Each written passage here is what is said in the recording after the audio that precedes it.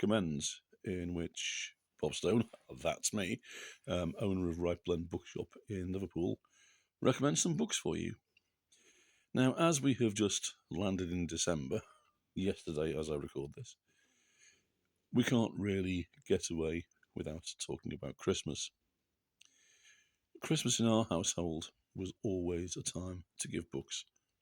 Every year, my parents would give each other that one hardback that they particularly wanted, that they wouldn't normally treat themselves to. And my brother and I always got an annual. In my case, it was always a Doctor Who annual, which was always placed at the end of our bed, so that when we got up early in the morning, and my parents didn't necessarily want to be up that early, we'd have something to read while we waited. Didn't always work. But I don't think there's anything better you can give someone for Christmas than a good book. Let's face it, a good book keeps us going through the cold winter nights when there's not an awful lot on the telly, or when we just want to curl up and have something nice to read. So I'm going to recommend to you today 4 books by independent authors. All have been published quite recently. That way, if you fancy them, you can always get somebody a book that they may not have read by an author they may not have come across, who might become a new favourite. I've got 2 adult books and 2 books for children, just to keep things even. And we're going to start off with this one.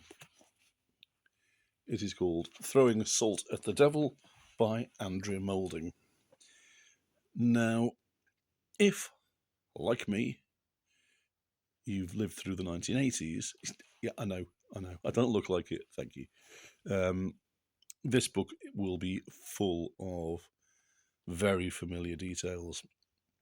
It tells the story of a teenage girl called Mel, who has been sent to live with her relatives because, well, there are various reasons which you'll discover. When she finds out something about her family that distresses her, she runs away, and through various coincidences ends up getting involved with Tina, who is one of the local, shall we say, hard cases. Although, as we learn, she's not perhaps as hard as she may appear. This sets off a chain of events that send Mel and Tina on an adventure.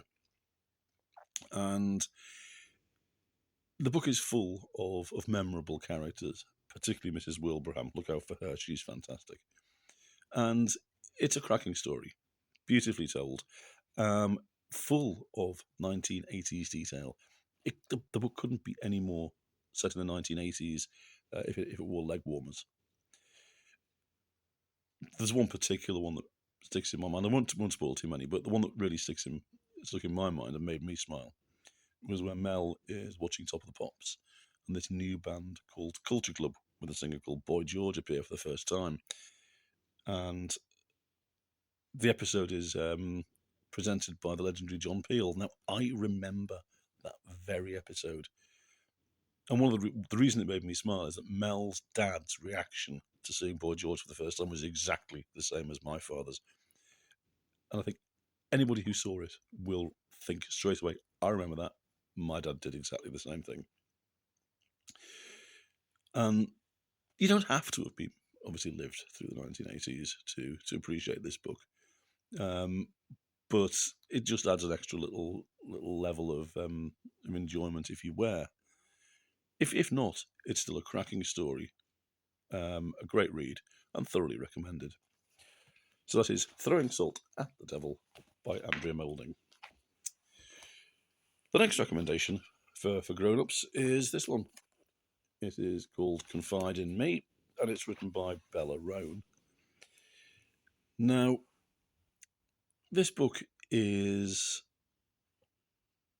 a work of fiction, but it tells a very clear truth, which is that behind the doors of any marriage, any family, there are things going on that you don't necessarily see from the outside. What looks like a perfect family may not be.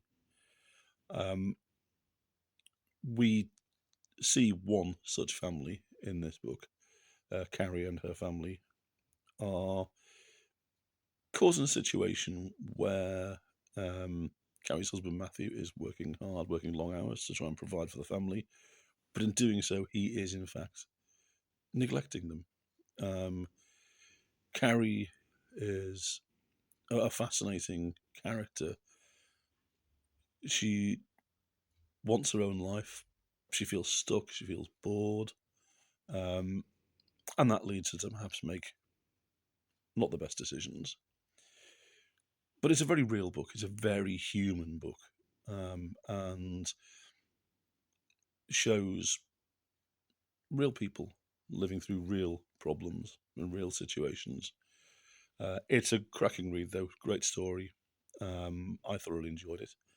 I was delighted to know that it is actually the first of a trilogy as well, and that two of the characters who get perhaps less time in the course of this book are going to have their own stories, which will be fascinating to see.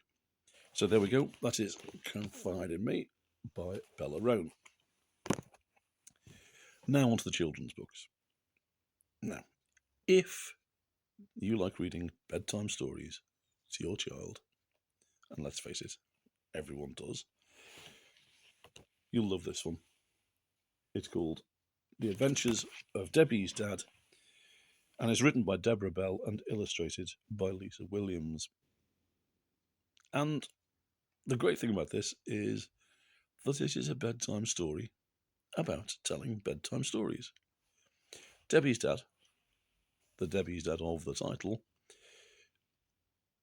tells Debbie bedtime stories about the adventures he has when she's asleep. In this particular one, it's about how he flies under his own steam, not in a plane, to New York and the sights he sees when he's there. It's a charmingly told story with lovely illustrations. There we go. There's an example for you. And hopefully it's just the start of a series about Debbie's dad and his adventures. So that's thoroughly recommended for a bedtime read. Now, we want something Christmassy. Try this one. Carlton's Motto Saves the Grotto, written by Helen Yoxall Burns and illustrated by Jared Berkey. Both making their debut in a book here. And it introduces us to Carlton the Mouse, who is a gorgeous character. He's based on actually a real school mouse, though obviously the school mouse doesn't dress in school uniform and presumably doesn't get up to all sorts. In this one, Carlton has to save the school grotto. Santa's visit is being threatened by being ruined by snow. And how can the school grotto help Carlton save the situation? The book's written in rhyme, which is a difficult thing to do, and sometimes you find in children's picture books that the rhymes are a little forced. But this author proves to be an expert at it. The rhyming is beautifully done. The illustrations by Jared Berkey are also absolutely stunning and rather different to an awful lot of things that you'll see. There we go. There's Carlton. It's a charming, delightful book, and I thoroughly recommend it. So there we go. Those are our recommendations for this week. I'll just go through them again. We had Carlton's Motto Saves the Grotto by Helen Yoxall Burns and Jared Berkey. The Adventures of Debbie's Dad by Deborah Bell and Lisa Williams. Confide in Me by Bella Roan. And Throwing Salt at the Devil by Andrea Moulding. All thoroughly recommended, and they're all published through Talk Publishing, who I'll have more to say about possibly the new year, because they are one of the best assisted publishers around. They help authors work their way through all the difficulties that they will encounter in self-publishing their own books, and have brought, in the past year alone, over 20 titles onto the market that wouldn't have otherwise been there. If you're a self-published author or you have a book that you fancy self-publishing, I definitely recommend that you talk to them. So that's it for this week. And I'll be back next week with more suggestions of things that you can stick in your Christmas stocking.